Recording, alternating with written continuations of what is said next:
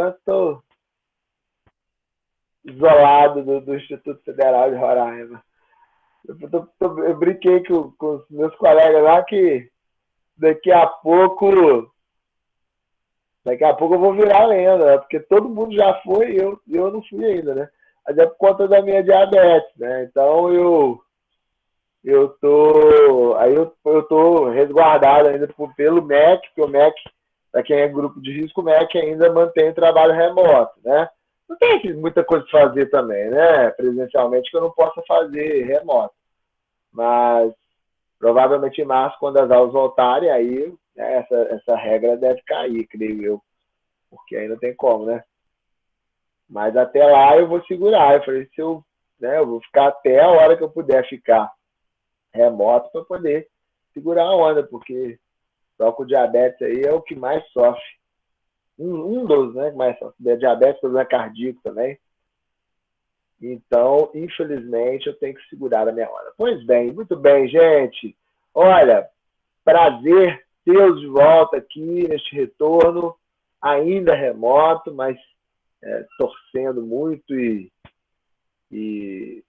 enfim, desejando, principalmente, que as pessoas tenham consciência, parem com essa farraiada aí, para a gente poder voltar a fazer coisas tão caras do nosso dia a dia, como ter uma aula presencial, né?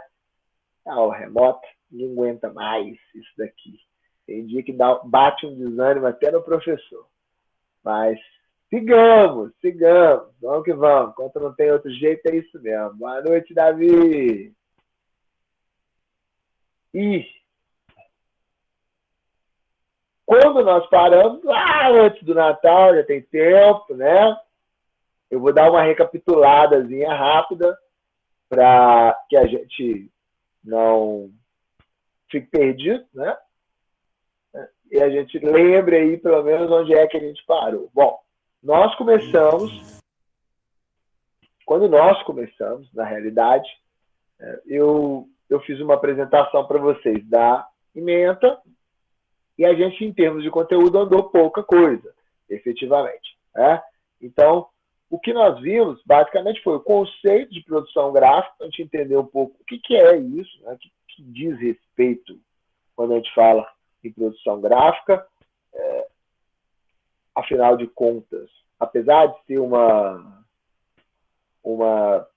disciplina, uma palavra, um conceito que parece muito corriqueiro para a gente, ele pode trazer várias conotações. Né?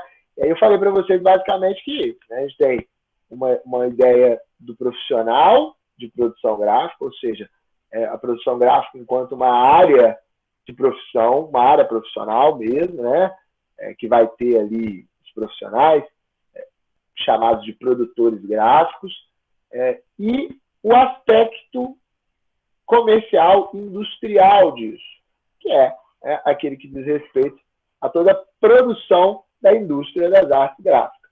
E aí, nesse primeiro momento, nós vimos um pouco o que são as funções aí de um produtor gráfico, o que essa pessoa costuma fazer, ou dentro de uma empresa, ou dentro de uma agência de publicidade, de comunicação, um escritório de design, ou uma gráfica, né? Na maioria das vezes, onde esse profissional vai ser demandado. E aí, além disso, além do papel do produtor gráfico, nós vimos também algumas categorias do setor produtivo gráfico. Então, eu dividi basicamente em editoriais, ou seja, produtos editoriais, produtos comerciais, produtos publicitários e produtos. Deixa eu liberar o Wilton aqui. Isso. Produtos comerciais, publicitários, comerciais, editoriais e embalagens. E aí eu falei para vocês que basicamente assim, essa divisão ela não é uma coisa que foi estabelecida por alguém e assim ela é seguida por todo mundo. Na verdade, a gente pode encontrar em livros, em apostilas, enfim, em manuais, outras divisões. Não tem problema também. Quer dizer que está certo ou errado. Boa noite, Hilton. Nada, tá tranquilo. Nós sempre começamos aí. Se fosse, quando a gente estiver presencial, vocês vão ver como é que eu funciono. Eu nunca começo no horário. Não é que eu não esteja em sala de aula no horário, né? Claro que eu estou. Eu tenho pontualidade com a minha... Pelo menos profissionalmente eu tenho. Né? Na minha vida pessoal não tem muito, não. Eu tenho fama de ser atrasado, mas na minha vida profissional não.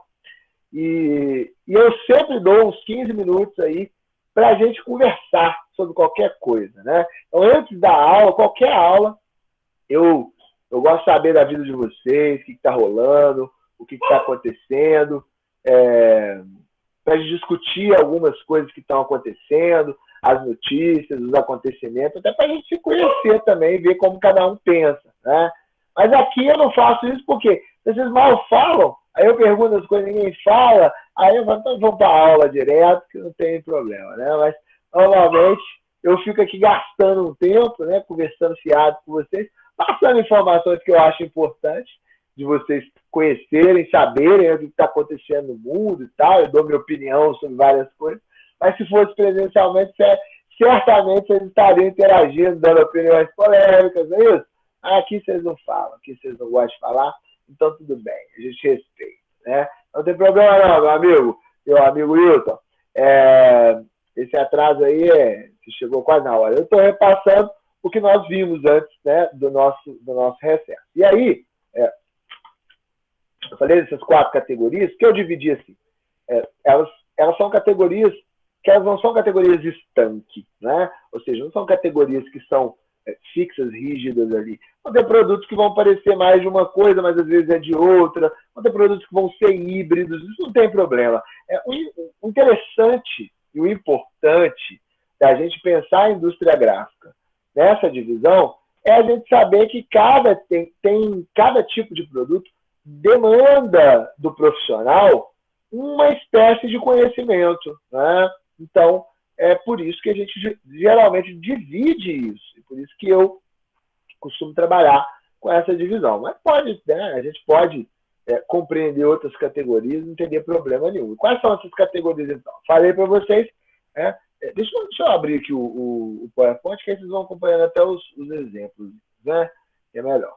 Mas eu vou passar rápido, porque isso é só uma recapitulação mesmo, para a gente não ficar boiando.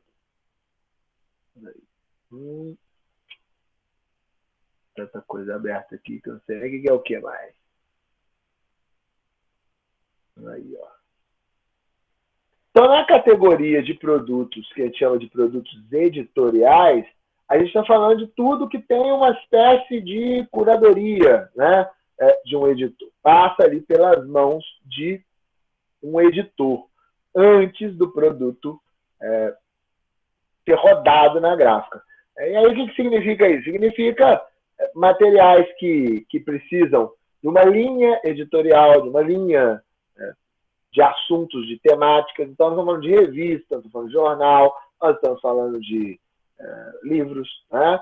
Então, isso seria aí o segmento editorial, segmento gráfico editorial, tá? Antes de transformar em produto, normalmente vai ter alguém, não só para poder rodar isso e fazer isso virar um produto, vai ter alguém para editar isso, tá? Então, depois eu mostro para vocês uma revista que eu editei, que eu fui editor junto, né, com outras 2 pessoas, mas aí a minha parte foi mais a edição gráfica mesmo, que chama-se Avenida Independência, que é uma revista que a gente editava aqui em Juiz de Fora, sobre música independente, um projeto de 2 amigos, na verdade, um projeto de uma amiga, né, com alguns alunos da Federal de Juiz de Fora, e ela me convidou, quando eu comecei a dar aula lá, convidou outro professor também, e a gente montou uma equipe bem interessante.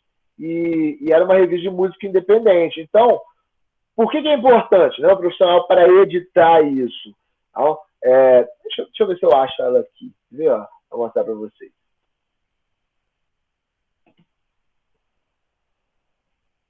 Porque tem, inclusive, nessa ocasião, nós passamos por uma eu, né, particularmente, passei por uma situação muito interessante e eu vou mostrar para vocês. Deixa eu parar aqui, então, esse compartilhamento e mostrar a revista. Ó.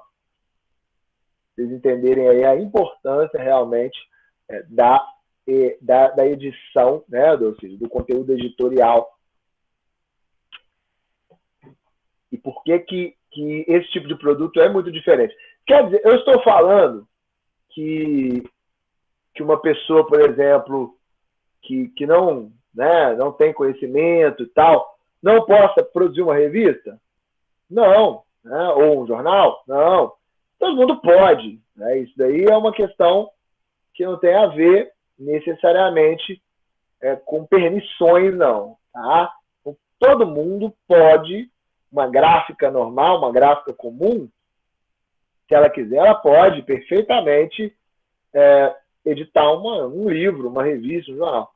Só que esses produtos têm, normalmente, condições muito específicas, e por isso, em virtude disso, é que a gente precisa de uma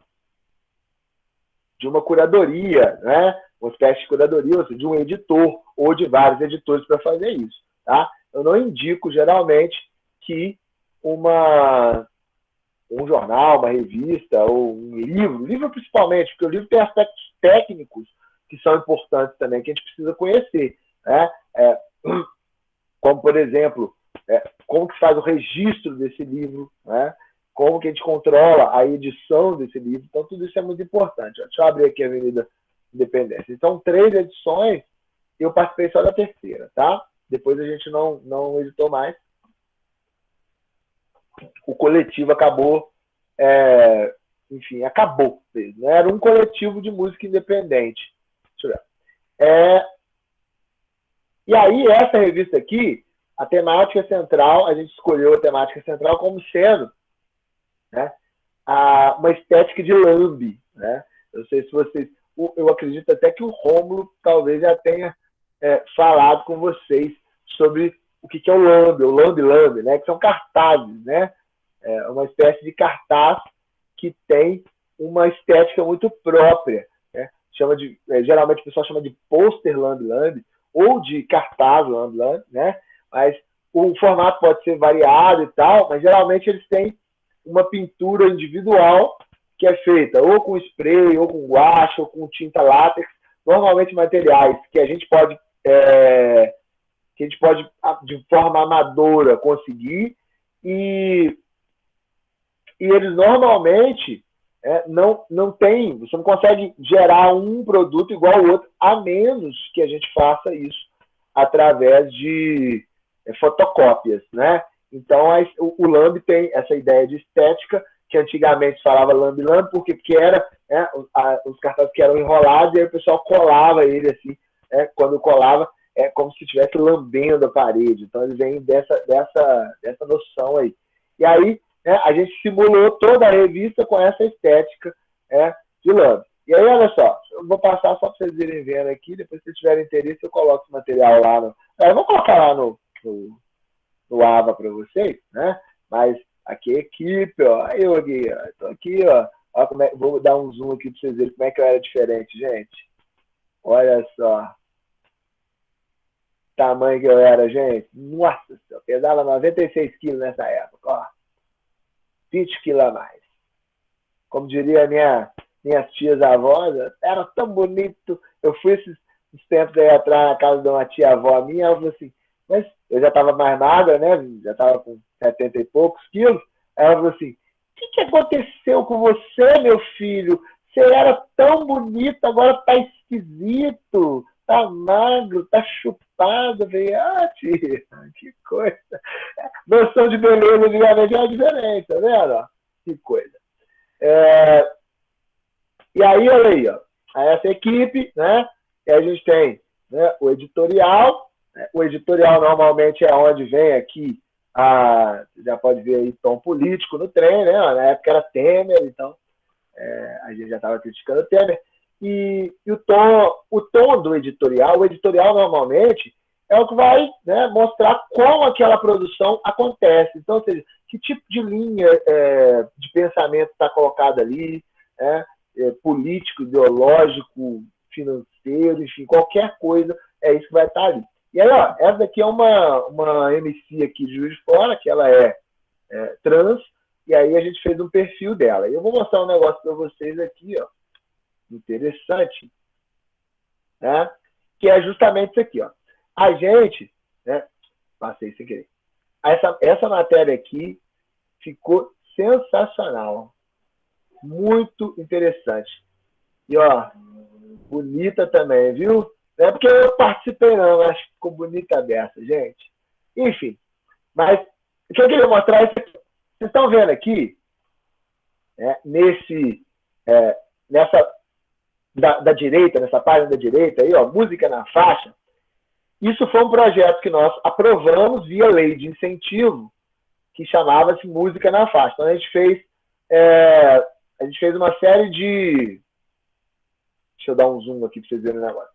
A gente fez uma série de programas para o YouTube, né?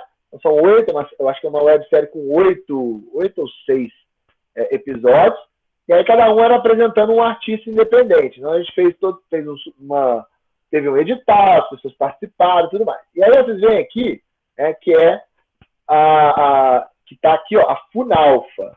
Funalfa é o Fórum da Cultura aqui de Juiz de Fora. É o departamento, né, da Secretaria de Cultura de Juiz de Fora, que é responsável, né, pelos projetos de fomento à cultura e tal. Essa lei que a gente participou é uma lei chamada Lei Murilo Mendes, que é um poeta, que foi um poeta aqui de Juiz de Fora muito famoso, muito conhecido e tal. E aí, vejam só, o que está aqui na esquerda? Olha só. A MC Chuchu criticando quem? Olha só. A Funalfa. Tá aqui, ó. Esse negócio fica na frente aqui, não consigo ver direito, não. Tá no último parágrafo aqui, a gente tem até a posição, né, da Funalfa. De acordo com a Funalfa, há uma abertura para recebimento de propostas artísticas da MC Chuchu e de outros artistas de fora, caso eles participarem das atividades. Por quê? Porque ela criticou. Então, essa reportagem dela, ela está criticando o Departamento de Cultura, que é a Funalfa, né, que na página seguinte, olha só, está como anunciante da revista. Isso aqui, né, eu que fiz, hein? Então, eu posso falar, porque foi uma escolha consciente. Eu tomei tiro atrás de tiro por causa disso aqui. Por quê? O pessoal da Funal ficou puto por essa publicidade ter vindo justamente depois da crítica da artista àquele órgão. Isso, às vezes, gente, normalmente, numa revista comercial, isso aqui é realmente uma sentença de morte, tá? Então, nunca se deve fazer algo parecido com isso, né? Vou passando aqui só para vocês irem ver, ó, a revista. Você não deve fazer isso mesmo. Por quê? Porque se você tem uma matéria que está tocando em alguma coisa, né, do seu anunciante, você vai passar aquele anúncio lá para frente. Então, editar um material gráfico editorial, né, como esse, é inclusive você se preocupar com essas questões, tá? Essas questões são importantes também. Então, ó. Isso aqui é um ensaio fotográfico. Oi, Cris, boa noite. Um ensaio fotográfico muito bonito também, olha, que a gente fez, que foi uma fotógrafa daqui chamada Grace Lisboa. Depois eu coloco para vocês o link lá, e se vocês quiserem dar uma olhada, tá bem interessante. Não é porque fui eu que fiz, não, realmente, mas eu fiz não, né? Eu fiz parte, né? Mas muito interessante. Essa revista ficou muito interessante. Aqui, ó, isso aqui fui eu que editei. Edita, Rezende, vê se pode. E aí, gente, normalmente a gente não faz esse tipo de coisa. Eu não coloco um anunciante que está sendo criticado numa página depois. Mas eu fiz conscientemente. Por que eu fiz conscientemente? Primeiro porque a gente participou do edital, né, de fomento à cultura, como todas as outras pessoas. Então, gente não tinha responsabilidade de agradar ninguém, né? É uma verba pública que a gente acessou a partir, né, das regras que foram colocadas. Então, não era um anunciante privado que eu podia me indispor ali e tal. E segundo, porque era justamente o que a gente queria nesse número. Esse número é um número muito político, né? Essa nossa terceira. Não que as outras não tenham sido, mas essa terceira, o contexto dela era um contexto, né, de 2017, tá? Que era ali, acho que 2017, o finalzinho de 2016 que a gente começou a fazer, mas quer ver? Deixa eu ver aqui, se eu só conferir. Não, 2016, tá vendo? Isso mesmo, finalzinho de 2016. E a gente tinha acabado de passar, né, por toda aquela questão, né, que algumas pessoas chamam de impeachment, outras chamam de golpe, eu chamo de golpe, né, mas você chama do jeito que você quiser. E o Temer, inclusive, tinha acabado com o Ministério da Cultura, depois voltou com o Ministério da Cultura, e aí, né, ficou aquele negócio meio estranho ali e tal. E aí a gente fez uma edição que foi editorialmente escolhida para ser uma edição política mesmo, de crítica política, né? A gente queria fazer isso. E aí, não teria cabimento, né, eu abrandar a crítica política dentro da revista. Por isso que é tão importante perceber o produto editorial de forma distinta, como uma categoria, né, que é o que eu estou falando para vocês. Então, isso é muito importante. Por quê? Porque você não fala apenas com as imagens e textos. Você fala com as imagens, fala com os textos, fala com a junção das imagens e do texto e fala também com o ordenamento que você provê para a própria publicação, né? Não à toa, a gente usou de cara, né, o perfil, a entrevista, a primeira sessão, de fato, da revista é o perfil, que normalmente vocês vão encontrar mesmo nas revistas, mas é uma entrevista e um perfil com uma atriz, né, com uma música, com uma MC trans, né? Então, a gente já trazia aqui de cara a nossa pegada. E logo depois, a segunda reportagem é a reportagem criticando, né, o fim, depois a volta do Ministério da Cultura, e aí as questões relativas à Lei Rouanet. Então, não é meramente ao acaso. Por isso que um produto editorial, ele geralmente precisa ser visto de outra forma. Vocês vão ver nessa aula de hoje, eu vou fechar aqui, depois eu compartilho com vocês, tá? Nessa aula de hoje, depois que eu passar essa pequena recapitulação aqui, eu vou mostrar para vocês alguns tipos de gráficas, né, como é que a gente costuma dividir o complexo gráfico no Brasil. E aí vocês vão ver que tem lá, né, uma área de produtos editoriais. E, normalmente, as editoras, elas se diferem justamente por quê? Porque existe, né, no rol de atividade dela algo maior do que a própria impressão. Eu não estou falando em termos de significação, não, tá? Estou dizendo que uma gráfica não seja importante, uma editora seja, não. Mas uma gráfica, ela às vezes não precisa ter o compromisso com aquilo que ela está imprimindo. Chega para ela lá, um político, e fala, olha, eu quero fazer aqui meus panfletos com você.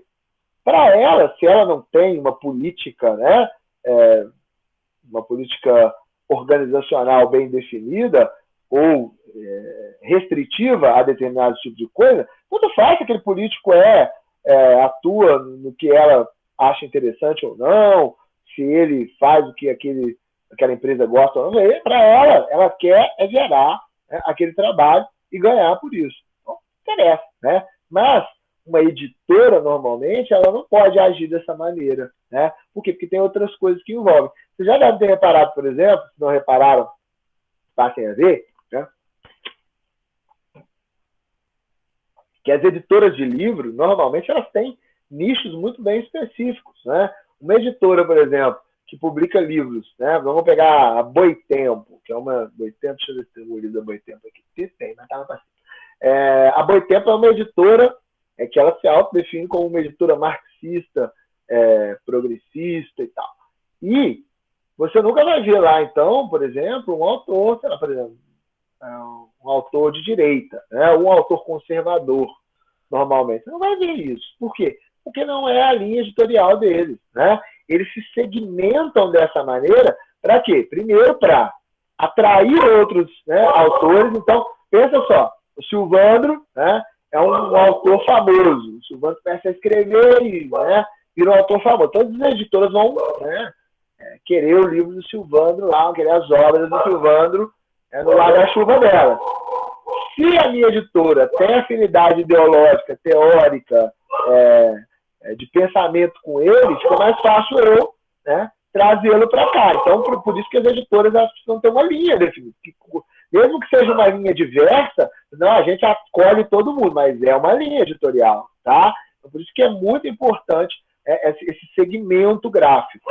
E aí, se a Boitempo, por exemplo, começa a colocar autores lá, a Boitempo resolve falar, vamos editar um livro do Olavo de Carvalho, vai sair quase todo mundo que está lá. Os outros autores vão, não vou. Eu não vou ficar sendo editado pela mesma editora de uma pessoa que eu não concordo, que eu não gosto e tal, né? Então, por isso que é importante. Por isso que a gente tem, geralmente, linhas editoriais. E elas não são só por linhas políticas, não, né? Claro. Tem editoras que se especializam em determinados segmentos, a gastronomia, e aí edita um monte de livro de culinária, manuais, livro de receita. Outros vão se notabilizar, por exemplo, por autoajuda, né? E aí começam a se especializar nesse segmento. Outros que vão ter mais livros de história, outros mais livros de filosofia, outros vão ser mais livros best-sellers. Então, cada editora, geralmente, tem a sua linha editorial. Por isso que o produto gráfico editorial ele é tão relevante. Assim. Então, é interessante. É linha religiosa, bem lembrado, Silvano. Exatamente. Né? Tem grandes editoras, né? De linha religiosa no Brasil, inclusive. E, inclusive, a gente vê, esse movimento é muito engraçado, né? Porque tem a Paulus, por exemplo, que é uma editora que nasceu dentro da Igreja Católica, e que inicialmente era uma editora teológica, né? Que só editava livros de teologia, e hoje eles editam livros das mais variadas cátedras aí de comunicação, filosofia, sociologia, antropologia, mas sempre dentro de uma linha que tem a ver com as coisas que eles costumam publicar. É muito interessante perceber esses movimentos. Isso faz todo sentido, tá, gente? Por isso que é também muito interessante separar essa categoria das demais, porque não é a mesma coisa. Né? Exige aí um tipo de trabalho muito diferente do que a gente rodar, por exemplo, coisas gráficas. Né? E é isso. Olha, o Romulo falou que já passou coisa de zine para vocês, não foi? Eu conversei com ele brevemente, ele falou, parece... Não sei se ele falou que já tinha passado ou se vai passar ainda coisas de zines para vocês. Que eu falei aqui que o nosso trabalho vai ser um zine, nós vamos trabalhar com isso. Deixa eu pegar o meu negocinho aqui, que ver. Vou pegar o laserzinho aqui para eu poder passar nas coisas. E aí, ó, nós temos também a categoria de produtos. Eu perguntei, não vi se alguém falou aqui, né? Mas ninguém falou nada, tudo bem. Nós temos também a linha de produtos comerciais. O que são esses produtos? São produtos que geralmente têm uso aí nas empresas de forma administrativa. Eu estava falando do papel timbrado, dos envelopes, cartão de visita, enfim, e várias outras coisinhas mais, blocos, talões e tudo mais. O que a gente chama de materiais publicitários e promocionais são produtos que vão divulgar as empresas. Então, olha só, os produtos que a gente chama de comerciais são aqueles que são usados para fins comerciais administrativos, que é para identificar uma empresa, para padronizar a comunicação daquela empresa, para identificar mais facilmente aquela empresa. Então, é para isso. Já aqui,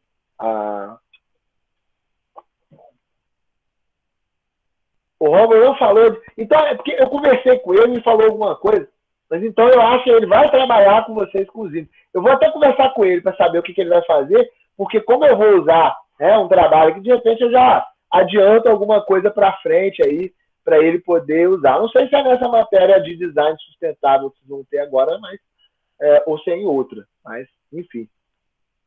Muito bem, então, muito bem. Eu vou falar sobre Zine depois, a gente vai ver. Eu adoro Zine, eu acho muito legal e, e vai ser bacana. E aí, olha só, a diferença então é essa. Aqui nos produtos promocionais são materiais de divulgação, não material de identificação, tá? Claro que esses materiais identificam as empresas, mas não é esse o objetivo. O objetivo desse tipo de material aqui geralmente, você convencer a pessoa a comprar alguma coisa, comprar uma ideia, enfim. E aí nós temos as malas diretas, os folders, os folhetos, os flyers, e aí tem um monte de coisa, cartaz, enfim. E por fim, nós temos o segmento de embalagens, que eu falei também. Normalmente, compreende rótulos, embalagens e outras coisas que vão servir para identificar produtos. Tá? Então, tags, né, que vão numa camisa, etiqueta, tudo isso vai entrar aqui nesse setor de embalagem. O que é importante a gente dividir esses produtos em segmentos? Porque é importante a gente ver o setor gráfico como um setor que tem vários segmentos diferentes, não como uma coisa só. Porque cada empresa, cada organização vai trabalhar de uma maneira. Né? Uma empresa que roda, por exemplo, embalagem, ela geralmente se especializa naquilo. Por quê? Porque as máquinas que a gente precisa para imprimir algumas coisas são diferentes. Né? Então, lembra bem, eu falei para vocês, nos nossos primeiros encontros, que uma impressora, e hoje eu vou mostrar uns vídeos para vocês aqui de impressoras rodando, uma impressora profissional offset. O que é offset? Vocês ouviram essa palavra, que é muito comum no meio gráfico. Offset é toda a impressão em larga escala. Né? Offset a gente chama as impressões que são em larga escala, que são feitas de forma muito rápida, em grande quantidade. Né? Então, as máquinas offset, elas geralmente são muito grandes e são muito caras. Né? Então, falei para vocês, uma máquina de 4 cores hoje offset usada está batendo na faixa de R$1 milhão. Né? Uma máquina nova, eu nem sei quanto é que vai estar mais, porque essas máquinas geralmente são importadas. A Alemanha tem uma tradição muito grande nisso. Uma das marcas mais importantes de impressoras offset é a Alemanha, a Heidelberg. Né? Vocês vão ver já aqui uma delas rodando. E uma Heidelberg, é um nome meio complicado, entrava a língua. Uma Heidelberg nova, hoje, né, ela deve estar saindo na faixa aí dos 3, 4 milhões de reais aí, brincando, dependendo do número de cores, né? Pode ser até mais caro, tá? Porque tem máquinas de impressoras de 11, 12, 13 cores, tá? A gente está falando de uma máquina de 4 cores, geralmente nessa faixa, 2,5, 3 milhões. Agora eu não sei, porque como é importada, pode ter tido muita variação, né? Mas, enfim, é algo muito caro. Então, investir num parque gráfico é algo que é caro. Então, você não consegue, geralmente, atender a todos esses segmentos de uma vez só. Por exemplo, para embalagem, você precisa de máquinas que aceitem papéis mais grossos. Né? Então, essas máquinas offset para impressão de produtos com papel e tal, elas geralmente aceitam até uma gramatura do papel. E às vezes ela não vai aceitar, por exemplo, Tetra Pak, né? Às vezes ela não vai aceitar embalagem de acrílico ou algo desse tipo. Então, tem que ver, né, direitinho. Por isso que normalmente se separa. Uma empresa que se especializa em imprimir embalagens, ela normalmente vai seguir só por aquela linha. Ela não vai ficar rodando cartão de visita, panfleto, folder, nada disso. Porque isso para ela não é interessante, né? E a máquina dela é a mesma coisa que você ter, por exemplo, uma Ferrari, né, e andar só a 20 km por hora. Né? Então, para que tem uma Ferrari? Compra um carro popular, né? Não precisa de uma Ferrari para isso. Né? Eu não estou fazendo apologia a altas velocidades, não. Né? Mas é a mesma coisa você comprar um carro off-road se você só vive na cidade. Para que você vai fazer isso? Você vai gastar dinheiro com um produto que não te atende. Tá? Então, para isso, quando uma máquina uma impressora de embalagem, normalmente, ela vai imprimir coisas para embalagem. Né? E aí você, quando você faz para embalagem, você tem outras demandas.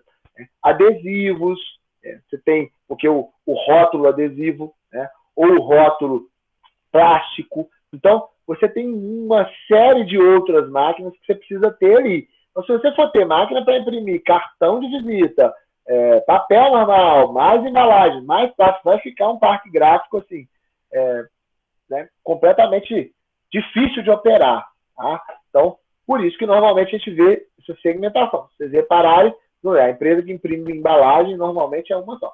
A empresa que é editorial, né, ela vai fazer revista, jornal, vai fazer livro, enfim, tá? E não vai ficar fazendo outras coisas. Para ela não é interessante, não tem muito sentido isso, ok? Então, é por isso que é importante a gente conhecer esse segmento. E aí a gente vai ver que isso tem a ver com os tipos de gráfica, já, né, que eu vou falar para vocês. Então, quem é que trabalha os produtos gráficos? Né? Quais são os segmentos que a gente vai ver dentro dessa variação, portanto, de produtos? Então, se eu tenho, basicamente, 4 categorias de produtos gráficos, né, principais, quem é que vai atender a este público? Então, primeiro, nós temos as agências ou de publicidade, ou de comunicação, ou até mesmo escritórios de design, que eu não coloquei aqui, tá? Mas, porque normalmente escritórios de design também, eles vão atender a outras demandas além dessa. Então, uma agência de publicidade ou uma agência de comunicação, ela tem algo muito importante que a gente precisa conhecer, que é o seu fluxo de trabalho. O fluxo de trabalho dentro de uma agência é que vai encaixar aí o trabalho desse produtor gráfico. Antigamente, a gente tinha... isso tem a ver com as etapas de uma campanha publicitária, mas antigamente a gente tinha uma noção muito estática de uma agência de publicidade. Isso mudou, tá? Então, eu vou mostrar para vocês aqui essas etapas, mas hoje vocês vão perceber que muitas vezes essas etapas são feitas, às vezes várias delas, pela mesma pessoa. Antes a gente tinha setores muito bem definidos de uma agência de publicidade, e um desses setores, inclusive, era o setor de produção gráfica, tá? Que hoje, em muitas agências, já não existe mais. O que é, também, no meu modo de ver, talvez um equívoco, né? Porque continuam existindo muitas empresas, muitos clientes que precisam imprimir coisas e que precisam, sim, se comunicar através de materiais impressos, porque uma boa parte do público dessas empresas ainda está nos materiais impressos, tá?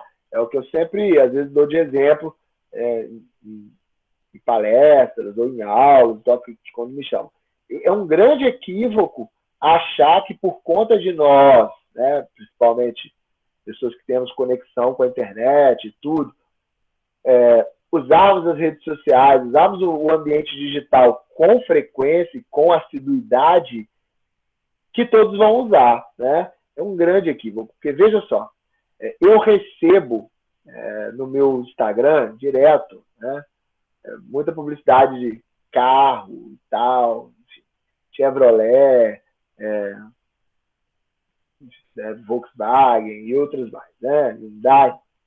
Só que eu, por exemplo, eu sou uma pessoa que eu estou começando a minha carreira. Então, hoje eu tenho que fazer escolhas, né? No meu caso, 2013. Eu tenho um Onix de 2013, que eu estou precisando, inclusive, mandar aí para Boa Vista. E vou ficar com ele, provavelmente, mas até dar 10 anos aí, 11, 10 anos ano que vem, né? Vai até dar mais uns 12, 13 anos aí. Por quê? Porque não é a minha prioridade trocar um carro. Porque se eu trocar um carro hoje, eu vou ter que deixar de fazer outras coisas, né? Eu vou ter que deixar de comer bem, eu vou ter que deixar de viajar para pagar o meu carro. Eu não quero fazer isso. Eu prefiro ficar no meu carro antigo, né? E manter a minha vida um pouco mais de luxo, pode-se dizer assim, talvez, luxo, né? Mas o meu pai, por exemplo, não. Meu pai já é um senhor de 70 anos, né? Vai fazer 70 anos agora em fevereiro. E o meu pai, o que ele gosta de fazer na vida dele, basicamente, são muito poucas coisas. Né? Então, ele não liga muito para comer comida chique, ele come qualquer coisa, ele não gosta de comida japonesa, ele não gosta muito de pizza, não gosta de hambúrguer, não gosta de nada disso. Sabe quem gosta? Ele gosta de arroz e feijão, gosta de uma moelinha, gosta de um... Eu também gosto, né? Mas meu pai só gosta disso. gosta de uma rabada, gosta de um fígado de boi, ele gosta de fígado com jiló, tomar a cerveja dele e comer um estragosto torresmo, né? É isso que ele gosta. E ele não liga muito. Você chegar para ele, você chegar com uma lagosta linda para ele, assim, de um lado, e do outro uma porção de torresmo com linguiça, ele vai no torresmo com linguiça. Bem que até eu acho que eu vou no torresmo com linguiça. Mas, enfim, ele não liga, tá? Então, qual é o prazer da vida dele? É o carro dele, né? Que é um carro bom, ele tem um carro muito bom, tal, Chevrolet Cruze, e ele troca o carro dele com frequência. Então, assim, 3, 4 anos ele está trocando o carro dele. O meu pai não fica vendo, tem rede social, tem, mas, por exemplo, Instagram ele mal vê e tal. Não fica vendo muito rede social. Então, para acertar o meu pai, é muito mais negócio a Chevrolet fazer uma propaganda na televisão, ou entregar um panfleto, um folder, do que fazer propaganda no Instagram. E basicamente quem compra o carro que ela está querendo vender o Cruze? Meu pai, não sou eu não vou comprar um Cruze, não vou investir esse dinheiro todo num carro desse, né? Nem tenho esse dinheiro. Então, para mim isso não faz sentido nenhum. Muitas vezes a gente acha que o ambiente digital já roubou todo o público do ambiente, né, do ambiente físico ou dos produtos gráficos e tal, mas isso não é uma verdade, tá? Longe de ser uma verdade. Tem muita gente. Isso que nós estamos falando apenas de segmentos, perfis de público. E se a gente for para condições estruturais, sociais, a gente vai entender ainda de outra forma, né? Por exemplo, tem lugares no Brasil onde a gente não tem conexão com a internet, onde a gente mal tem conexão com a internet, ou a gente não tem mesmo conexão com a internet, né? Muitas vezes a gente fica focado no nosso mundo, mas tem vários lugares do Brasil que tem energia parte do dia só. Não tem energia o dia todo. E as pessoas, elas compram coisas. Essas pessoas, elas consomem coisas. Né? É porque elas estão num lugar onde tem energia só parte do dia que elas não consomem coisas. Então, o material impresso, gráfico, continua sendo um material importante, né, nesse tipo de divulgação. Agora, obviamente, já foi muito mais importante e eu acho que não recuperará essa importância porque também há toda uma questão, e o Rômulo provavelmente vai trabalhar muito com vocês sobre isso agora, na ideia de design sustentável também, que não é só isso, mas a gente tem uma concepção hoje de eliminar, né, os produtos gráficos à medida em que seja possível, porque a gente tem aí uma preocupação também com o meio ambiente, né? Então, é isso, ok? E aí, para a gente conhecer um pouco, se a gente entender a agência publicitária, precisa entender como é que são as etapas de uma campanha publicitária. E olha só, onde é que vão entrar aqui os serviços da produção gráfica, ou onde é que a produção gráfica se encaixa. Então, basicamente, quando a gente vai executar uma campanha publicitária, e campanha publicitária por campanha publicitária, eu estou dizendo de um conjunto de anúncios, mas a gente pode considerar aqui um anúncio publicitário isoladamente também. Tá? Uma campanha ou um anúncio. Ela consiste na elaboração de um briefing. O que é um briefing? Vocês já viram aí também várias vezes, mas não custa lembrar. É um material onde a gente resume as principais informações sobre aquele trabalho, né, que precisa ser feito. Depois a gente tem a concepção da campanha, onde a gente vai elaborar a mensagem de um lado, escolher os canais de comunicação do outro, as mídias. Então, nessa etapa, por exemplo, a gente vai escolher se vai ter produto gráfico, quais produtos gráficos vão ter, né, o que a gente precisa fazer para eles acontecerem, enfim. A execução, que é a própria produção disso, e a avaliação da campanha. E aí, olha só, ficou horrível isso agora que eu vi, né? Porque a cor não ficou legal. Mas tudo bem. É que eu joguei esse negócio aqui, achei que tinha ficado bonitinho no meu negócio, mas não ficou não. Ficou ruim ali, mas tudo bem.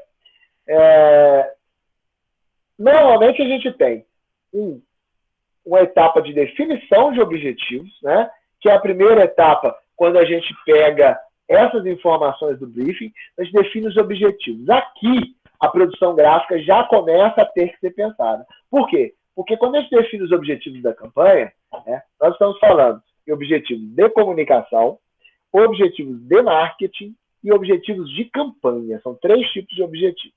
Os objetivos, eu falei até na ordem errada, objetivos de marketing são aqueles que vêm primeiro.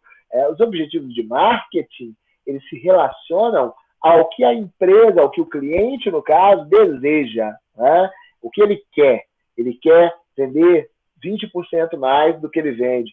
Ele quer ser reconhecido pelo seu consumidor. Ele quer fazer uma campanha institucional, por exemplo, para ser reconhecido pelo seu consumidor como uma empresa responsável. Ele quer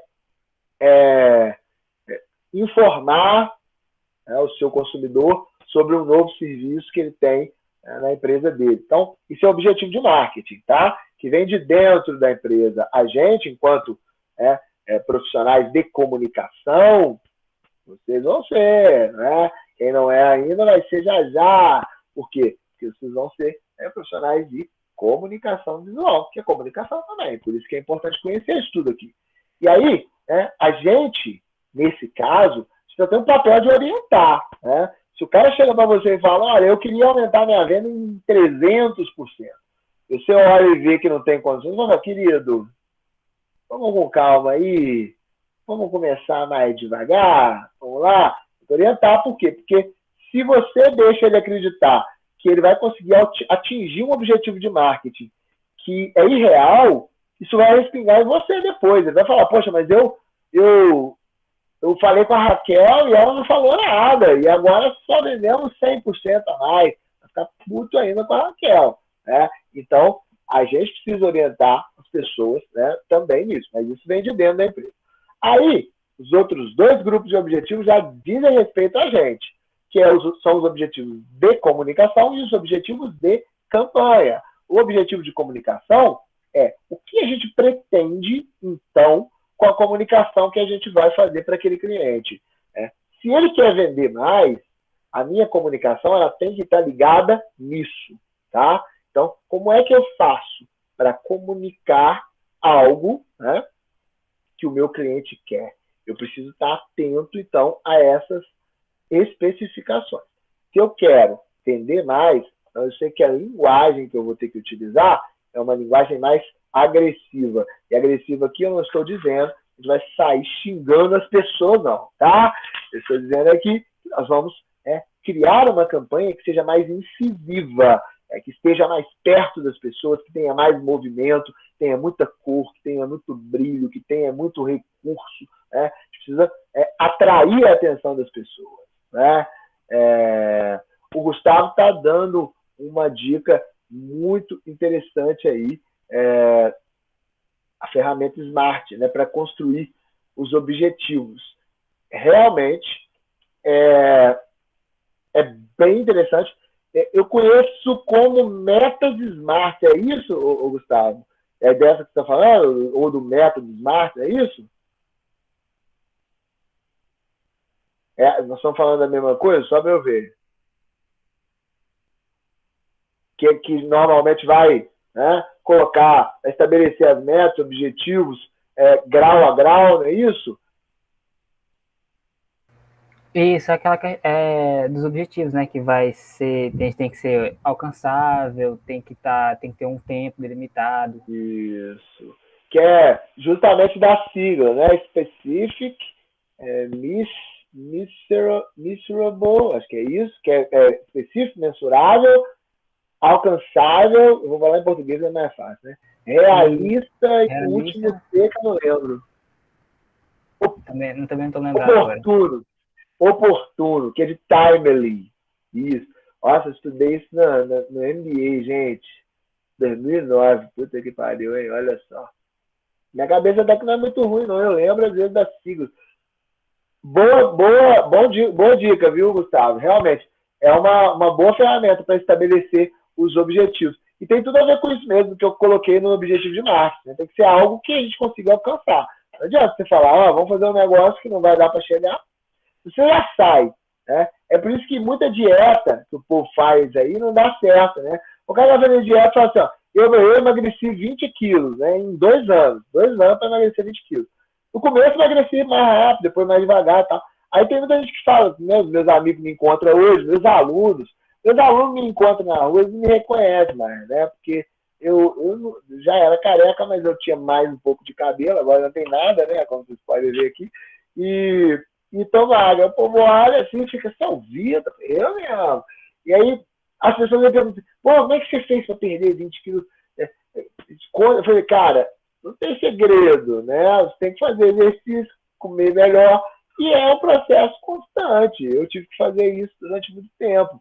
E eu não comecei com uma meta, eu quero perder 20 quilos. Eu não comecei com meta assim, especificamente de perda de peso, quase nenhuma. Minha meta era segurar o peso que eu estava. Então, toda vez que eu baixava 1 quilo, eu falava, eu preciso segurar esse peso agora, pelo menos durante uma semana, né? E não voltar.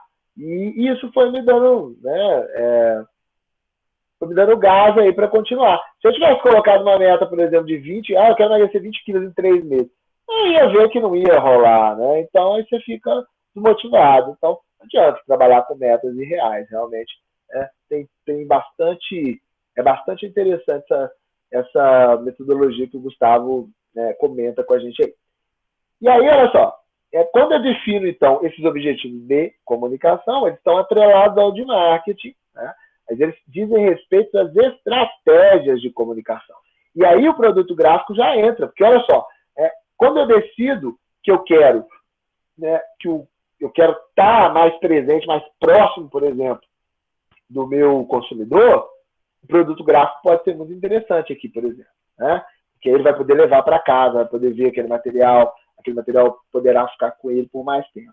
Então, tudo isso é muito importante para a gente definir quais produtos gráficos a gente vai utilizar e como a gente vai utilizar desses produtos gráficos também, tá? E os objetivos de campanha já são bem mais específicos, né? Então, quando a gente define a estratégia de comunicação, a gente já vai para a campanha. Então, já é a parte mais estética, conceitual da campanha publicitária. O que a gente efetivamente vai fazer? Então, olha, eu quero vender, eu preciso vender mais. Aí, como é que eu vou fazer para vender mais? Eu vou criar uma campanha bem agressiva, né? Com humor e bastante movimentada. Aí, quando eu vou para a campanha, eu falo, pô, se eu quero humor e quero alguma coisa muito movimentada, eu preciso de um garoto ou de uma garota propaganda que traduza isso, né? Então, tem que ser uma pessoa extrovertida, que fale rápido, mas que dê para entender, que consiga fazer trejeitos e se movimentar. Então, aí quando eu for fazer lá, por exemplo, a escolha da pessoa que vai representar a minha marca, precisa ser alguém, né, que tem a ver com isso. E aí tudo isso vai se desdobrando, né, dessa forma. Quando a gente tem a etapa de pesquisa, e aí aqui, ao mesmo tempo em que a agência começa, os outros profissionais de criação começam a fazer a pesquisa de referências, como vocês fizeram, por exemplo, quando vocês criaram lá a nossa última, na nossa atividade, por exemplo, de cores, né, que vocês tiveram que pegar as referências, ver o que vocês iam usar de referência, você pesquisa, né? Mas também o produtor gráfico vai fazer a pesquisa para entender que tipo de material ele pode usar, né? Quais materiais dão um custo-benefício interessante para ele. Então, às vezes, a gente tem uma verba que não dá para fazer determinados materiais, mas gráficos, mas a gente pode utilizar, né, essa verba para fazer uma quantidade maior de outro material que às vezes também vai dar um bom resultado. Então, é essa fase de pesquisa aqui que é importante. E aí a gente vai para a fase do planejamento, que é onde a gente vai criar já toda a logística para essa produção gráfica. Aí aqui a criação ela vai estar trabalhando com a ideia de que passos vão ser dados, em qual momento, se a estratégia vai ter, por exemplo, um teaser, que é uma informação que você dá, mas não fala quem é, e depois vai mostrar, ou se vai ser tudo de uma vez, vão ser 3 comerciais ou 3 layouts diferentes, e aí cada lugar vai receber de um jeito. Aí aqui a criação vai estar pensando nisso. E o produtor gráfico vai estar pensando em operacionalizar isso. Então, olha, se o meu departamento de criação está falando vai lançar um teaser, por exemplo, então seria legal talvez fazer panfletos também teaser e distribuir antes da campanha ir para o ar. Ou, às vezes, vai planejar a tiragem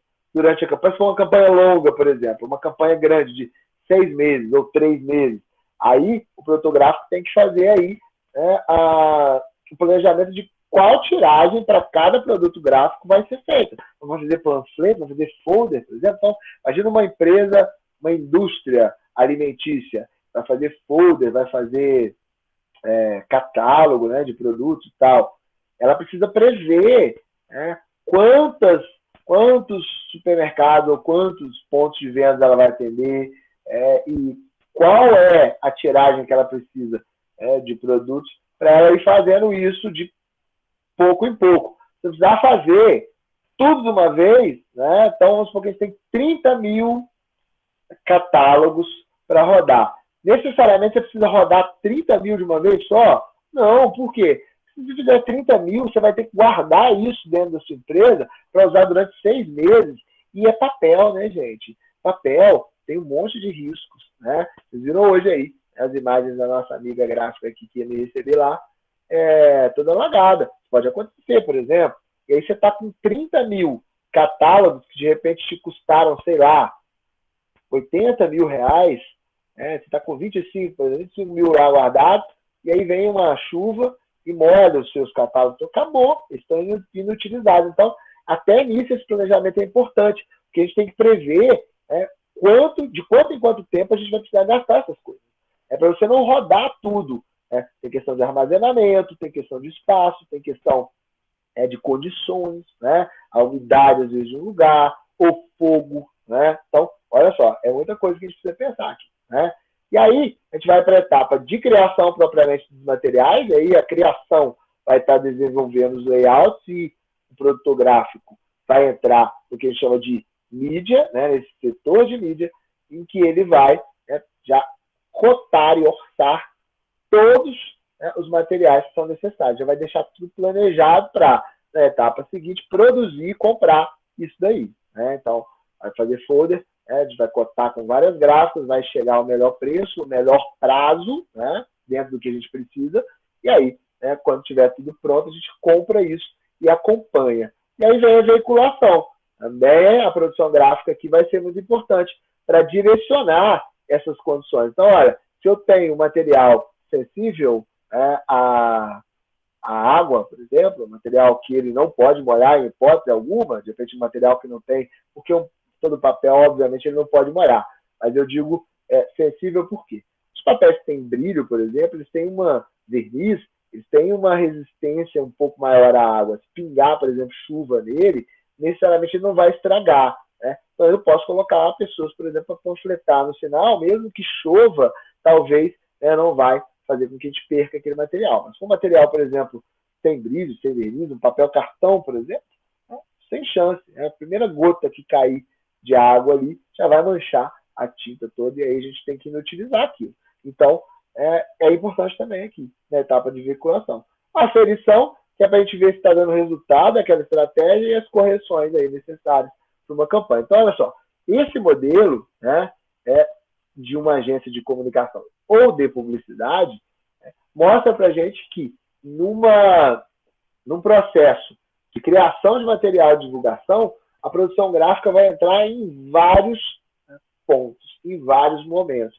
Não só na hora de produzir, tá? O que é um grande equívoco, muitas vezes, que a gente comete, um grande erro. Tem muito lugar, muita gente que acha que a etapa de produção gráfica é uma etapa que está só depois da criação. E não está. Né? Muito pelo contrário. Às vezes, na criação, a gente tem ideias mirabolantes que na hora de colocar isso no papel, não dão certo.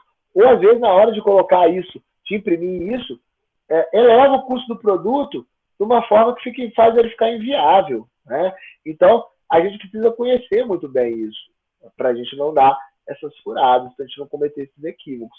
Né? Você vai fazer, por exemplo, um corte especial, que é o corte especial, eu falei para vocês também, todo material que a gente tem gráfico que não é cortado de forma reta apenas, né? em cima, embaixo, nos laterais, ele é um material com corte especial. Então, se é redondo, é corte especial. Se tem um V, um formato diferente, é um corte especial, tá? Se tem ondas, qualquer coisa que você fizer, o papel sair do formato dele normal, é corte especial. Por que isso é corte especial? Porque você precisa de uma máquina para fazer isso, né? Uma máquina de corte vivo para fazer isso. Certinho do jeito que você quer. E isso demanda tempo, demanda trabalho. Em algumas gráficas esse trabalho é manual, é de pouco em pouco, que às vezes vai fazer com que uma pessoa fique ali, às vezes, 1 dia, 2 dias, cortando aquilo que foi impresso em 1 hora, né? E às vezes, por isso, seu produto vai demorar mais a sair da gráfica. E, ao mesmo tempo, é um produto que é um serviço que demanda um cuidado muito grande, porque qualquer erro de acabamento é acabamento, né? Qualquer erro de acabamento passará uma impressão grotesca da marca, do serviço. E o cliente que contrata uma pessoa para fazer isso, ele não quer um produto mal feito, mal acabado, né? Então, por isso tem que ser feito com muito cuidado. Então, às vezes, você pensa num formato diferente para um produto gráfico, mas quando você lembra que a faca especial que vai ter que ser usada para corte, ela vai custar cara, vamos supor, a gráfica com quem você costuma rodar as coisas, o acabamento não é dos melhores, nunca é um acabamento bom. Então, você já corta isso do seu planejamento. Vamos trabalhar com algo mais básico, né? Agora, se você tem lá uma gráfica que você sabe que o acabamento é muito bom e que eles fazem um precinho legal para você quando você faz acabamento especial, você pode prever isso na hora da criação, né? Então, por isso que é importantíssimo conhecer esse processo todo. A gente não acionar as nossas concepções, que vocês estão aprendendo aqui, por exemplo, de produção gráfica, só na hora que a coisa já estiver lá na frente, que aí é retrabalho, né? Se você faz. O pior é quando, às vezes, porque quando é você que está fazendo todas as etapas, menos mal. Mas quando é alguém que está fazendo e você vai só tocar a execução, por exemplo, ou o contrário, você está fazendo para alguém tocar a execução, isso às vezes torna um problema, porque é retrabalho, né? Então, você chega lá com o negócio pronto, a pessoa fala, isso aqui não vai ter condição, vai ficar muito caro, aí você tem que voltar, refazer tudo. Olha só, né? Isso é importantíssimo discutir tudo isso, tá? E aí a gente tem, além das agências de publicidade, de comunicação, escritórios de design, a indústria gráfica como um todo, propriamente, que é o maior segmento, né, dos segmentos que a gente tem, gráficos, obviamente, porque é quem faz aí a impressão, quem vai trabalhar diretamente com isso. Então, é onde a gente vai ver a maior parte da mão de obra de produção gráfica sendo alocada, tá? Então, está ligado exatamente, né, àqueles segmentos que eu passei para vocês antes, que são os segmentos editorial, comercial, publicitário e também o de embalagens, mas também está ligado a tamanhos. Eu coloquei algumas informações aqui, mas é mais para vocês depois terem nos serviços, nos slides que eu vou passar para vocês. Eu vou passar mais rápido aqui, porque o que importa muito aqui para a gente entender, primeiro, que em gráficas, normalmente, a gente vai ter 3 setores. A gente está falando de gráficas grandes ou médias, né? Gráficas pequenas normalmente não vão ter isso bem definido, mas essas três funções estarão presentes em qualquer tipo de gráfica que a gente encontrar pela frente. A gente vai denominar a indústria gráfica normalmente como gráfica, né? Então, vocês falam assim, eu vou ali na gráfica, eu vou ali numa indústria gráfica. Mas, normalmente, é uma indústria, né? Ainda que de pequeno porte, porque ela produz coisas em série. E a gente vai ter a pré-impressão, a impressão e o acabamento. Vou falar melhor sobre isso mais adiante, tá? Em algumas aulas para frente, a gente vai ver várias formas aí de cada uma dessas sessões, mas só para vocês terem ideia também, pré-impressão. A gente está falando do recebimento dos arquivos ou da geração, né? Tem gráfica que faz a parte gráfica e também faz a parte do design, da arte gráfica propriamente dita, né? Não é geralmente a especialidade da gráfica, mas faz. Então, tem gráfica que, se você chegar, a pessoa fala, um cartão de visita vai te cobrar, né? 30, 50 reais. Tem gráfico que faz até marca, né? Ok. E aí, essa parte da pré-impressão é a construção do material para ele ir para a impressão. Então, eu posso ou criar isso, ou pegar o material que chegou para mim aqui na gráfica, né, e finalizar. O que é finalizar nesse caso? É colocar ele, né, no programa de impressão, e aí a gráfica pode usar o CorelDRAW, pode usar aí o próprio Illustrator, que eu prefiro bastante, pode usar outros programas aí, até programas gratuitos, pode usar PDF, enfim. Mas, para enviar isso para impressão, ele precisa pré-configurar algumas coisas importantes. A saída de cor, né? CSN, YK, RGB, precisa configurar o tamanho, né?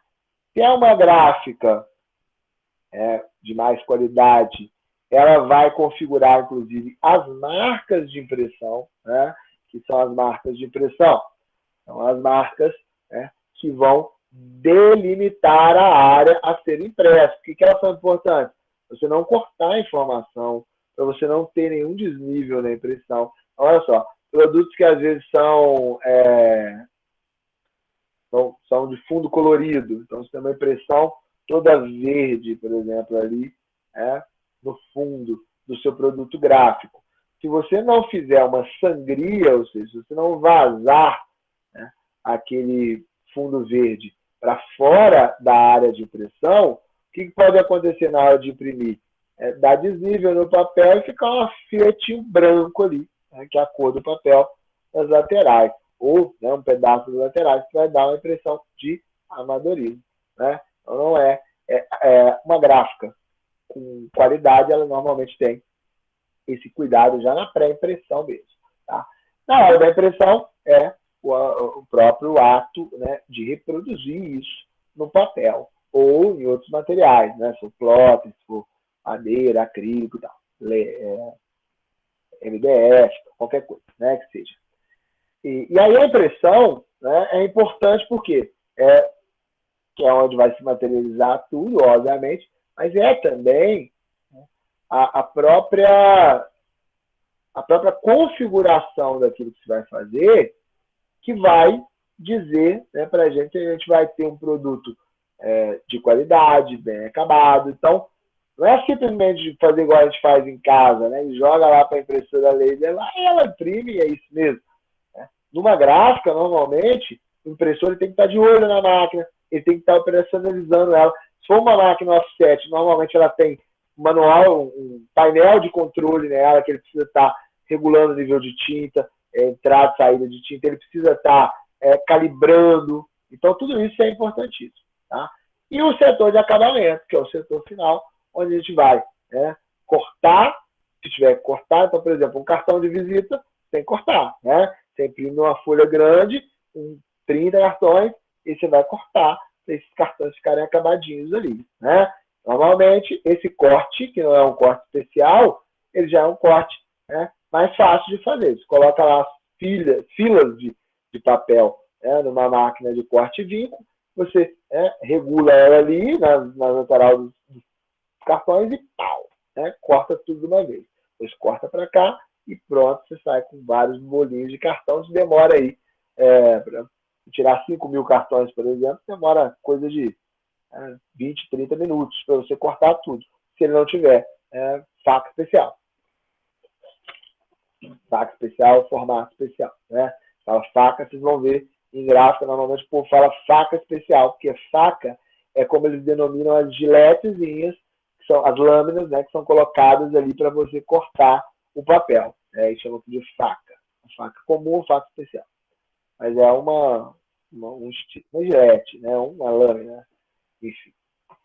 E aí, nós temos as gráficas pequenas, as médias e as grandes. As pequenas a gente costuma conhecer como gráfica rápida. Né? As gráficas rápidas, elas são aquelas gráficas que servem para a gente imprimir, materiais de menores quantidades, e, às vezes, também de qualidade menos exigente.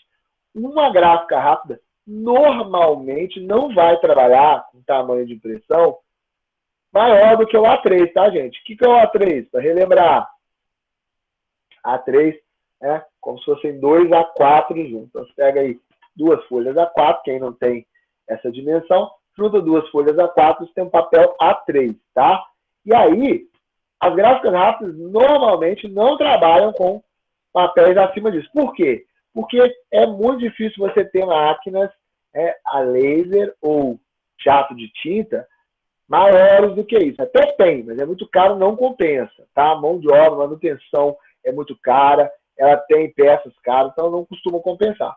Normalmente, até A3 a gente tem. E as gráficas rápidas, né, essas menores, elas costumam trabalhar, portanto, com isso. A A3 não vai a 4, tá? E aí você consegue imprimir, por exemplo, cartaz, cartão, né? Ele vai ter lá um equipamento de corte, tá tudo para fazer, mas vai fazer no A3. Normalmente, por exemplo, se você vai fazer, você tem por exemplo, a Júlia, ela quer fazer um cartãozinho dela para distribuir lá no bairro dela, né, deixar em padaria, deixar em loja e tal, no que ela faz, né, coisas de design. Ela não vai, ou que ela faz fotografia, né? Ela vai distribuir em 10, 15 lojas. Ela não precisa ter 5.000 cartões. Ela precisa o quê? 100 cartões, talvez, né? 200. Então, não compensa procurar uma gráfica offset. Uma gráfica offset não vai fazer isso, né? Ele vai falar até que não quer. Se chegar e falar, eu preciso fazer 200 cartões, ele vai, acho que não faz não, 200 não. O mínimo que a gente faz é 500. E às vezes, eu conheci isso, não é muito comum hoje mais não. Muita gráfica que fazia, normalmente, menos quantidade de cartão, o que ela fazia? Ela rodava, né, dentro de uma mesma folha grande, né, um formato já industrial, vários cartões. Então ela ficava recolhendo. Então, por exemplo, eu chegava lá e queria fazer meu cartão, a Júlia também, aí depois vinha a Cris, depois vinha o Breno, e o Davi, aí ele juntava 30 cartões, né, e colocava lá numa mesma folha, e aí ele rodava aquela folha 200 vezes. E aí tirava 200 folhas ali de cartão, ou quem queria 500, 400, por exemplo, ele colocava 2 blocos de cartão. Então fazia isso. Mas não compensa para uma máquina offset. Porque uma máquina offset, ela demora, que são essas máquinas grandes, ela gasta muita energia para ligar a máquina, para colocar ela em operação, né? Então, você não vai ficar ligando ela para imprimir 100 folhas.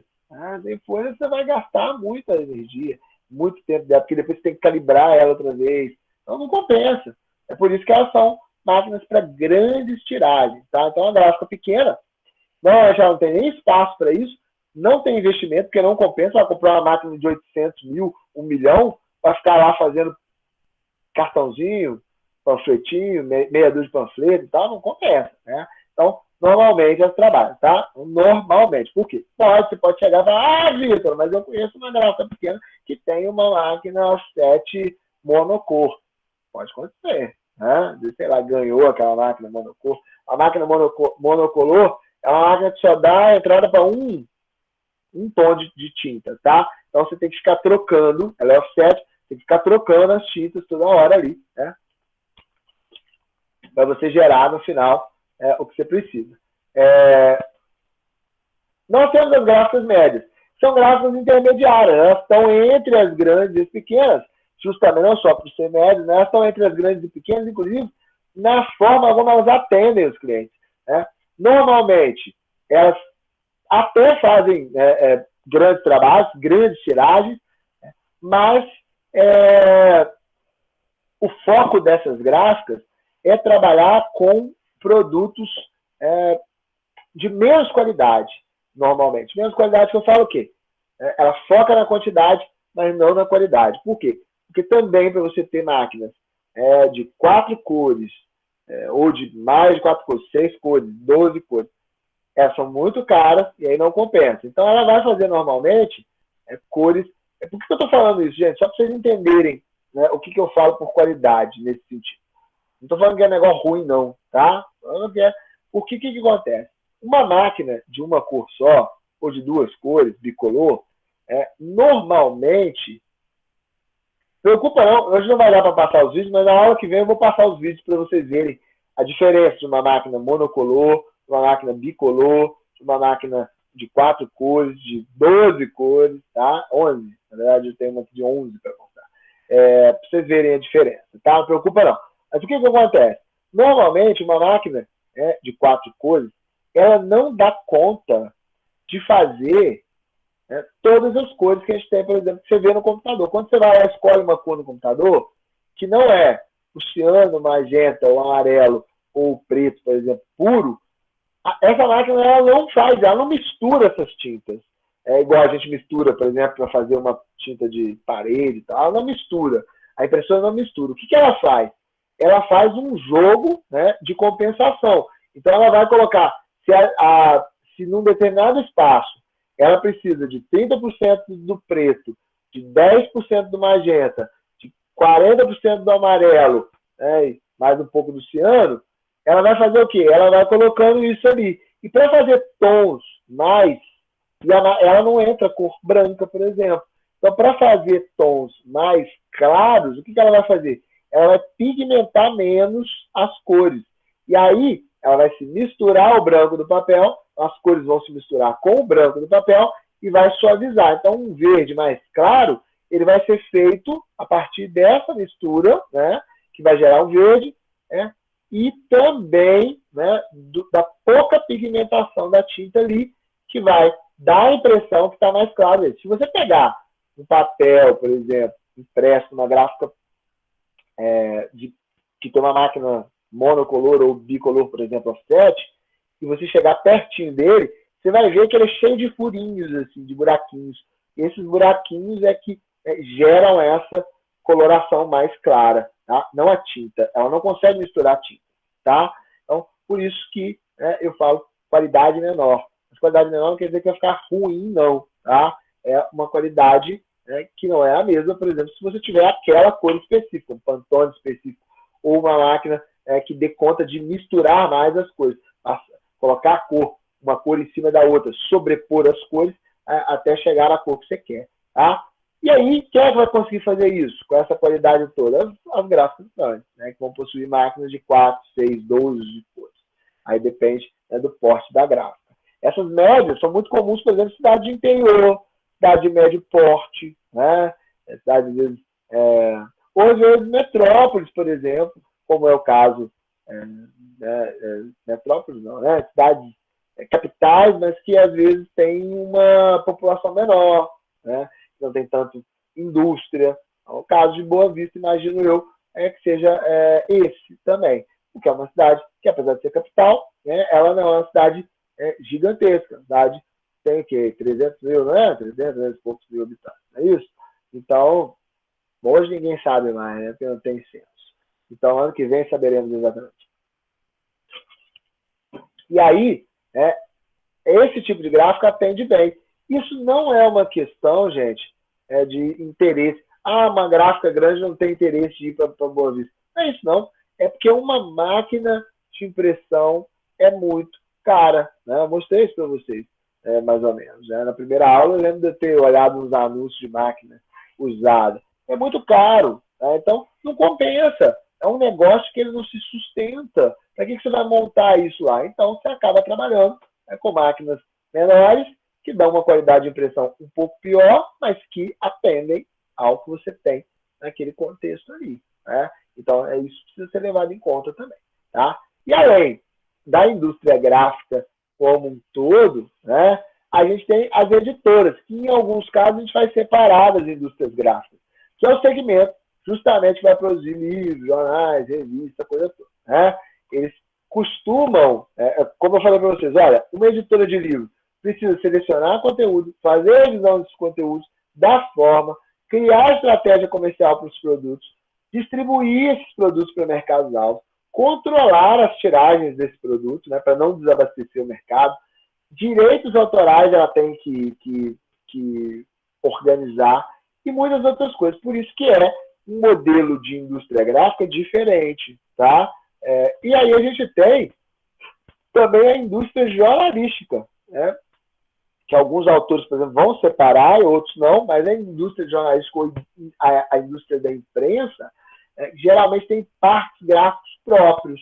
A Globo, a Folha de São Paulo, por exemplo, tem seus próprios parques gráficos, né? Que são parques gráficos. Deixa eu mostrar só uma foto para vocês verem do Globo aqui, ó. São parques gráficos imensos, gigantescos, né? Para atender basicamente a demanda daquele veículo. Tá? Então, o caso do Globo é para atender a demanda só do Jornal Globo, né? E dos seus jornais, obviamente, subsidiários, por exemplo, o caso do Extra, né? E outros mais. Eu vou botar uma foto aqui para vocês verem, ó. Aí. Vocês verem o tamanho aí. Deixa eu passar lá para frente aqui, ó.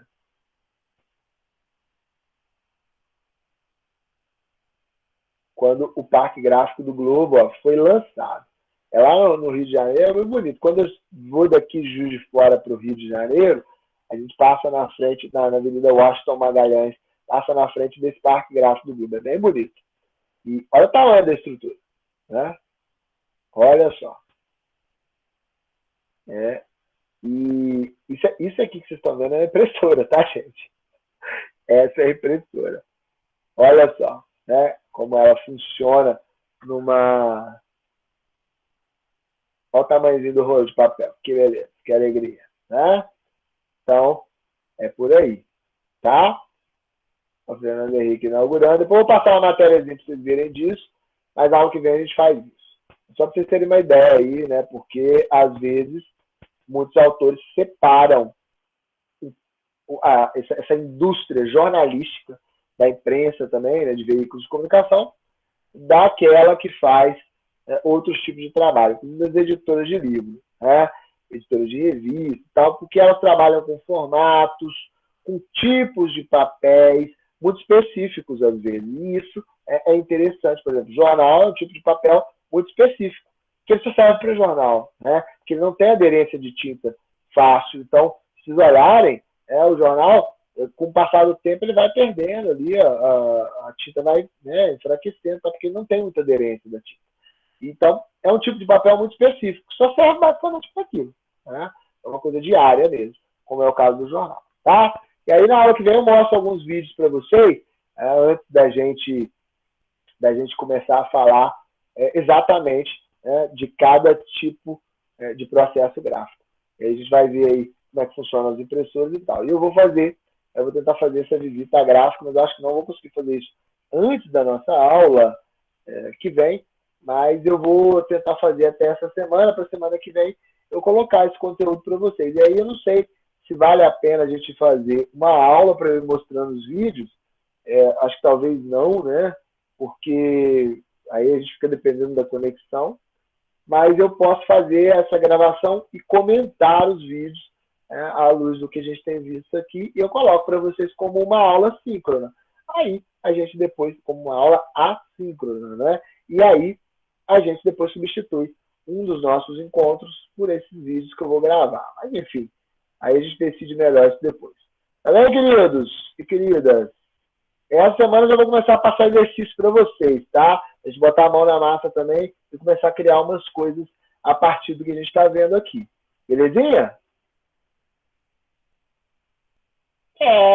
Dona Cris, não. Depois se eu não passo, daqui a pouco vocês vão reclamar. Vocês vão falar, mas está muito teórica essa aula. Ai, meu Deus.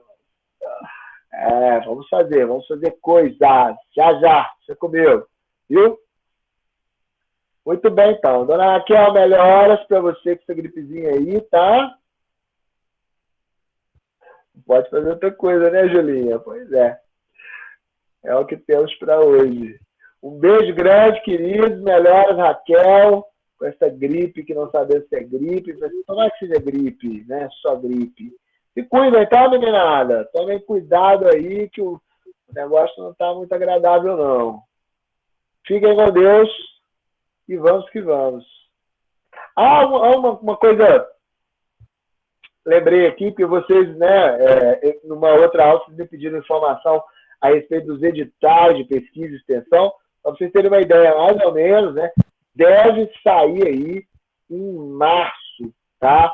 Então, não se preocupem muito agora, mas para quem deseja, por exemplo, submeter projetos de pesquisa, já é a hora de começar a pensar na pesquisa, de começar a pensar nos orientadores, né? E essa coisa toda. Diga, Cris, quer falar?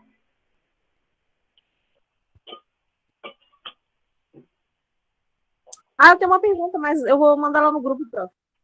Pergunta agora, menina. Que isso? Não, Júlia, não é TCC, não. Calma. Mas a gente faz TCC? Não, tem TCC não, tá? Subsequente tem TCC não, fica tranquilo. Tá. Tu pode orientar até quantos alunos, prof? Cris, se não me engano, projetos diferentes, elas podem 2. Mas isso depende, porque pode mudar o edital, tá? Mas acho que são 2. Mas, mesmo que, né, seja... Mas, por exemplo, se for dentro do mesmo projeto, aí pode ter mais pessoas. Mas a bolsa, normalmente, é só para um estudante, mesmo que o projeto tenha mais. O que eu acho muito equivocado. Quando sair o edital desse ano, eu vou tentar incluir, né, que possam existir projetos com mais de um bolsista, porque às vezes o projeto precisa de mais um bolsista também, né? Mas não, eles costumam privilegiar a quantidade, né, de projetos em detrimento de um projeto com muitos bolsistas, que é ruim. Mas, só para a Júlia não ficar boiando, Júlia, nós estamos falando da pesquisa, né, acadêmica ou de projetos de extensão, tá? Então, nós estamos falando aqui. E outra coisa que eu falei para vocês também, que eu tenho que ficar de olho quando sair o edital, é porque se eventualmente o edital restringir a execução do projeto de alunos que estejam no último ano, como ele costuma fazer, vocês vão ficar impossibilitados de fazer. O que é uma sacanagem também, né? Porque vocês entraram no meio do ano, se o curso acabar no final, porque o curso é 1 ano e meio, não é isso? Se não me engano, é isso mesmo, né? Então, vocês não tinham como ter acessado o edital anterior, e aí vocês estariam impedidos de participar por causa dessa resolução. Então, eu vou ficar de olho, porque se sair isso, eu também vou tentar impugnar o edital para tirar esse Mas, por exemplo, eu sendo da Zona Oeste, posso participar do edital do Campus Boa Vista, sem problemas, né? Porque você está lá também, não é? Não, estou perguntando, porque, por exemplo, tem o PIPAD é 6 meses, né? Que a gente pode concorrer a bolsas. E aí, nesse caso, por a gente estar no último ano já, devido ao tempo do curso mesmo, se de repente a gente poderia submeter um projeto sendo um aluno de outra instituição não, né? Que é a mesma do IFE, mas, por exemplo, a gente sendo da Zona Oeste, participar do... Entendi. Com mas um projeto no Campus Boa Vista. Mas aí você está falando porque você também está lá, né? Não, prof, eu estou perguntando se, por exemplo, abre o edital do PIPAD, que é para 6 meses, se alunos do campus do Oeste podem participar. Pode, porque normalmente quando abre, aí tem vaga para todos os campos. Aí pode ter, mas a gente concorre com as nossas, entendeu? Cada campus tem o seu direcionamento. Tá, entendi. Mas normalmente, por exemplo, esse ano a gente teve, inclusive a Raquel participou do PIPAD, né? No PIPEX, na verdade, né, Raquel? O PIPAD, acho que a gente não teve. Não, teve um projeto sim, do PIPAD, que acho que foi da Clarice, e eu acho que outro da Aline. Mas, enfim, a gente pode sim, tá? Essas siglas todas, gente, é tudo projeto, tá? Tudo edital que tem. O PIPEX e o PIPAD geralmente tem dinheiro, não só para bolsa, mas dinheiro para comprar coisa e tal. Então, por exemplo, vamos supor que você quer fazer uma coisa que vai precisar investir dinheiro, material e tal. Se você participar do edital do PIBAEX ou do PIBIC, que são as siglas, né? PIBAEX é o programa de bolsas de extensão e o PIBIC é o programa de bolsas de pesquisa. Esses dois não têm verba para nada, só para bolsa. Então, por exemplo, vamos supor que você, Cris, participe de um desses 2 editais. Você foi aprovado, vai ter uma bolsa de R$ 400 durante o tempo de vigência. Normalmente são 6 meses. Só que não tem recurso para nada. Então, se você precisar, vai precisar comprar um equipamento de alguma coisa, vai ter que ser do dinheiro da bolsa ou do professor. O PIBAEX, o PIPEX e o PIPAD são de pesquisa e extensão também, mas eles têm dinheiro, você pode pedir. Então, fala, olha, tem tantos R$ 1.000 aqui para os projetos. Aí você vai pedir, olha, eu preciso de R$ 3.000 para o meu projeto, para eu comprar tal coisa. Vamos supor que você quer fazer lá um PIPEX. Você quer fazer oficinas para as crianças de escolas do ensino médio, lá, por exemplo, tirarem fotos, né? Ou, enfim, alguma coisa com fotografia. Aí você quer comprar uma câmera, né, para os meninos poderem mexer e tal. Aí tem que ser PIPEX. Ou, né, o PIPAD se for pesquisa. Você vai colocar essa câmera lá, vai lá, tem uma câmera de R$ 1.500 e eu preciso comprar essa câmera para os alunos mexerem. Aí, né, se for aprovado, você vai poder comprar a câmera e depois essa câmera ela pode ficar ou para o professor, ou para o aluno, ou para a instituição. Mas tem uma diferença, tá? O PIBICT, que é o de pesquisa, quem faz a proposição são vocês, os alunos. O PIBAEX, que é o de extensão, quem faz somos nós, os professores. E os 2, o PIPAD e o PIPEX, se eu não me engano, também são os professores e servidores que fazem a proposta. Mas isso não impede que vocês terem ideias e apresentar para a gente. A gente comprar a ideia e falar, vamos junto, vamos lá. Mas o PIBICT, que é o de pesquisa, é mais para escrever artigo acadêmico, esse tipo de coisa. Quem gosta da área acadêmica, a proposição tem que partir de vocês, tá? E, bem, em tese, né? Porque eu, por exemplo, né, normalmente proponho coisas e aí quem tem interesse participa de uma seleção comigo e vamos embora. Mas esse ano eu não vou propor. Se alguém quiser, né, conversa comigo e aí a gente pensa em alternativas, sim. Mas além da gente, tem outros professores, tá, gente? Não precisa ser só os professores do curso, não. Pode ser qualquer professor ou qualquer servidor, normalmente quando é o PIBAEX, por exemplo, qualquer servidor pode. Se vocês tiverem interesse, fala com a gente que mesmo que, por exemplo, eu não posso, o Romulo não pode, o Atati não pode, porque às vezes a gente já tem projeto e tal, a gente pode direcionar vocês. Tem um colega, a gente faz o lobby com o professor, fala, tem um aluno bom aqui que está querendo, né? E aí coloca vocês em contato, tá? Deve sair em março esses editais. Eu estou avisando porque já é legal vocês começarem a pensar sobre isso. Eu tinha falado para vocês da gente fazer talvez uma conversa para tirar dúvida e tal, continua à disposição. Se vocês quiserem fazer, a gente pode conversar sobre esse encontro.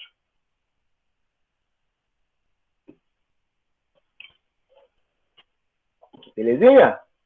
Para a gravação aqui.